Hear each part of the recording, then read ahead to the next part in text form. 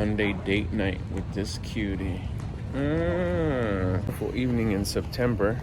I said hanging out. We just found out that this week is going to be what? 100 and what?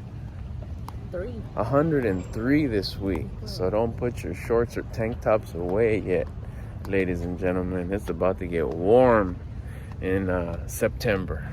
Our summer wasn't that hot. We're going to have late hotness here in SoCal. I'll take it. How do you stop being late for things, especially in the morning? If you have this habit of getting there late to whatever it is, work, party, picking up a friend, showing up for whatever commitment that you say, even just come over and get me, and you're always late, your 15 minutes is never 15 minutes, or you have this feature on your clock that says about. You know, it's never at 3 or at 3:15. It's always at about 3, and you end up showing up at 3:50. Or you miss out on special events or on valuable events, whether like they're emotionally valuable or financially valuable, because you're not accountable to waking up on time and getting there on time. More times than not, when that happens, what we always try to do is make up for it. With the big apologies, with the big my bads, with the big I'm sorries, with the big... Once you say that enough and you let it pass for so many decades, you start feeling stupid when you start saying it so much. So you're probably at a point where like, I want to fix it. I don't want to be like that no more. That's one of the first things that you try to fix. Probably one of the first 10 things that start coming to the surface once you start this journey in self-development and wanting to become better. It's just such an obvious one that you don't want to do no more. It's embarrassing to yourself. The first thing that I found out that helped me get rid of that bad habit was not making up for it. Not the I'm sorries, not to show up with a special gift, not the, well, it'll be better next time, or, we'll go here, or making an excuse, trying to make it better. By sitting in it and owning it, and letting it sting, letting it bother me. Like, yeah, I'm late. Yes, apologize, but don't make a big string of apology and make it sound like, I'm sorry, but it's cool. Let's keep on going. Let's put it in the past. Like it didn't happen. Let's forget about it. No. I was late. I missed out. Own it. It stings. Yeah, it's messed up. It's okay. No, it's not okay. Yeah, I messed up. Again. Yeah, it's a bad habit. Yeah, it's a bad part of my brand. That's a reputation that I got. Way to go. You're the late guy, the guy who's always late. Shows up late, gets there late, late for this, late for that. But yet you want to be better. That's loser vibes right there. You know, someone who's late, lost. What do you call someone who loses? A loser. Be straight up. You start calling yourself out for what it really is. Not thick, chubby, little late. No, you're losing. Someone who's losing is a loser. You choose the wrong things to do. You make the wrong choices. You're not disciplined.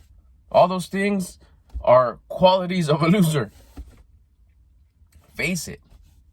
Once I started doing that and owning it and sitting in the pain and sitting in the embarrassment and the shame and the guilt and really like, okay, feeling the compression of my conscience to say, yeah, this was really wrong what you did, but you've been really good at covering it up, and no, it's okay. Everybody does it. Oh, look, we're already wound up in the activity that's happening right now. Got to live in the now. And we're quick to like, forget about it. Don't worry about it.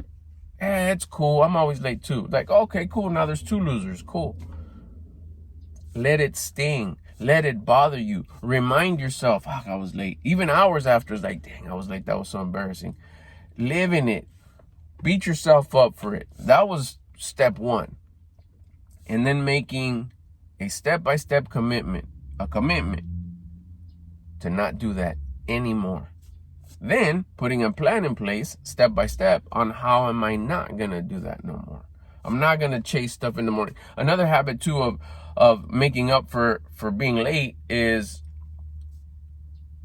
you try to chase to make it better afterwards instead of attracting what you want in the morning. If I want to get there early, if I want to go attract that thing that I want in the morning. The event, the commitment, the money, the emotion, whatever I want to collect.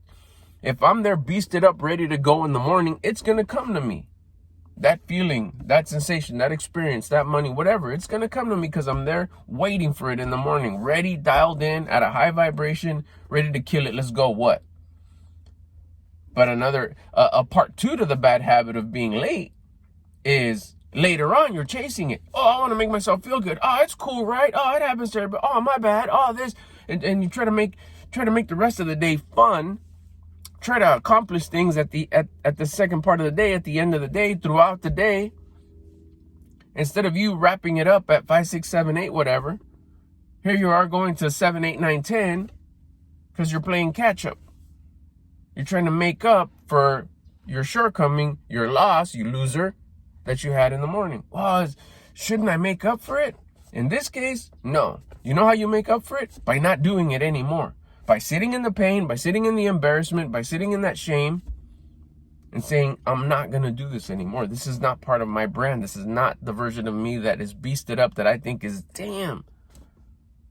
Then you put a plan in place, step by step. How am I not going to be late? I'm going to wake up earlier. I'm not going to ignore my alarm clock. My alarm does not have a snooze.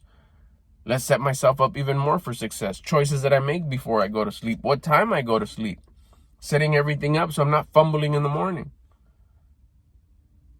And remembering throughout the whole process on how embarrassed I was for, yet again, being late. It's going to take a couple of cycles. The biggest one for me is don't chase the makeup at the end of the day. Don't chase to make it up at the end, because then it would satisfy me. It's like, oh, cool, I still got the good time. I still got the fun. I still got what I needed to get, the emotion, the experience, the money. I still got it. It's cool. It made up. Told me, even if I'm late, I still kill it. No, you don't. You're a loser who made up for it. You still have the stamp of a loser. Once I didn't chase it at the end, not only did I suffer the embarrassment of being late, but I also suffered the pain, shame, and guilt of not getting what I should have got. I told myself, no, we're not going to chase it. We missed out. We messed up. Own it.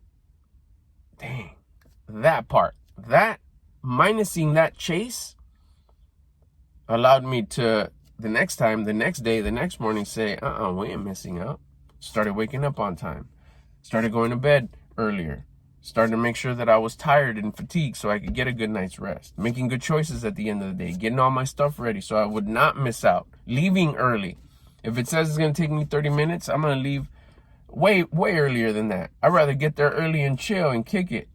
Do some stuff. Record a video. And be waiting for the things that I want to come to me instead of chasing them at the end of the day. Much better to do that. Stop being late. Stop being a loser. Get there early.